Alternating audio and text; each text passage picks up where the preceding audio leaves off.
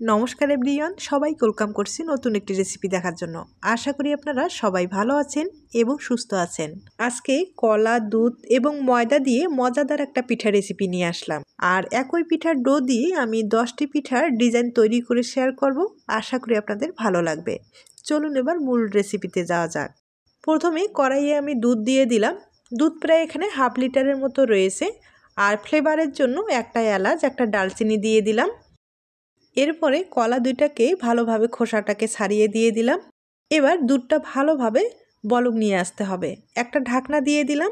কিছুক্ষণ রেখে ভালোভাবে বলক এসেছে। এবার ঢাকনাটা খুলে এবার কলা দুইটাকে ভালোভাবে ভেঙে দিতে হবে।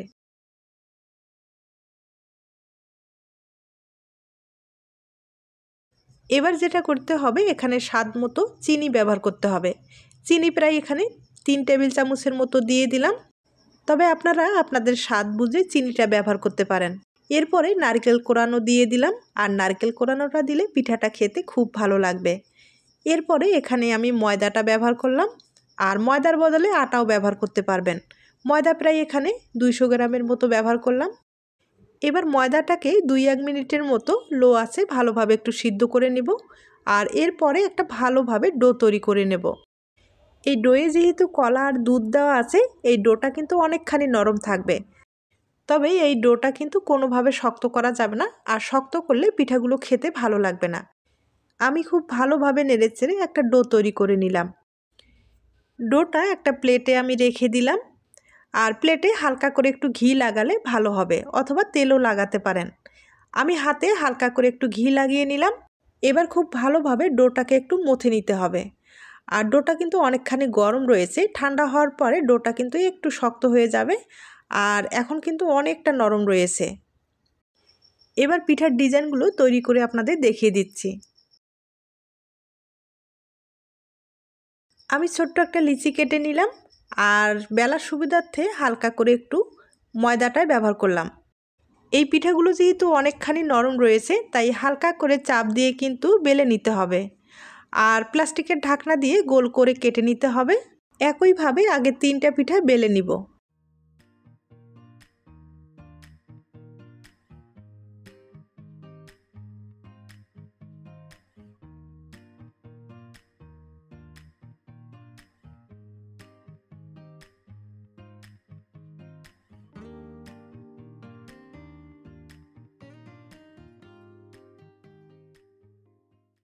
এবার আপনাদের একে একে সবগুলো ডিজাইন তৈরি করে দেখিয়ে দিচ্ছি।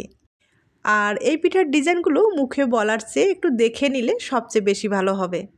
আর আমি কিন্তু একবারে সহজ ডিজাইনের এই পিঠাগুলো তৈরি করে আপনাদের দেখিয়ে দেব। আশা করি আপনাদের ভালো লাগবে।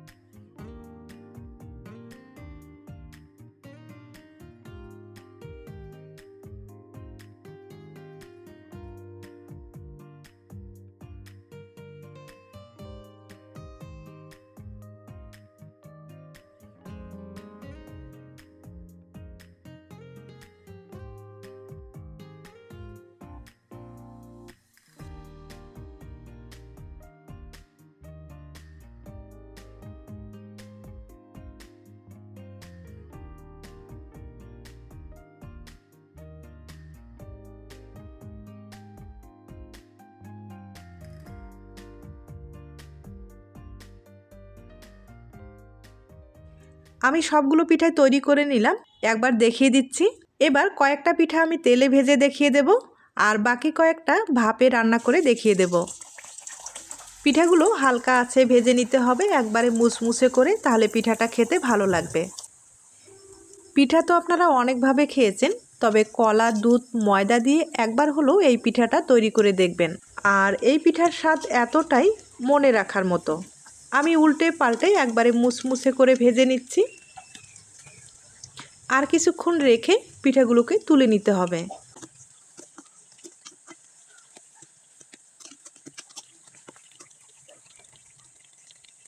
পিঠাগুলো ভাজানো হয়ে গেছে, দেখতে পাচ্ছেন ভাজানোটা কতটা সুন্দর হয়েছে। এবার বাকি যে পিঠাগুলো আছে সেগুলো কিন্তু ভাপে রান্না করে দেখিয়ে দিচ্ছি। আমি আগে থেকেই পাত্রে জল বসিয়েছি, জলটা ভালোভাবে বলক এসেছে। আর পিঠাগুলো দিয়ে দিলাম, অবশ্যই ঢাকনা দিয়ে দিতে হবে। আর 4-5 মিনিটের মতো হাই হিটে কিন্তু রান্না করে নিতে হবে। পিঠাটা ভালোভাবে সিদ্ধ হয়ে গেছে, এবার তুলে নিতে হবে। এরপরে পিঠাগুলো আমি ভেঙে দেখিয়ে দিচ্ছি। তার আগে ছোট্ট একটা রিকোয়েস্ট থাকবে, পিঠার এই রেসিপিগুলো আপনাদের কাছে যদি ভালো লেগে থাকে বা আপনার কোনো উপকারে আসতে পারে, তাহলে একটা লাইক দিতে পারেন। আর দেখতে পাচ্ছেন ভাজানোর পরে পিঠাটা কতটা সুন্দর হয়েছে, একবারে কিন্তু মুসমুসে হয়েছে। আর আমি আবারও বলছি, এই পিঠাগুলো খেতে কিন্তু ভীষণ টেস্টি হয়। বাড়িতে একবার হলেও ট্রাই করে দেখতে পারেন।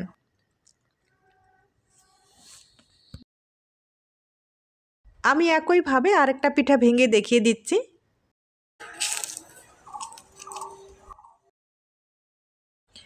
দেখতেই পারছেন পিঠাটা কিন্তু কতটা সুন্দর হয়েছে।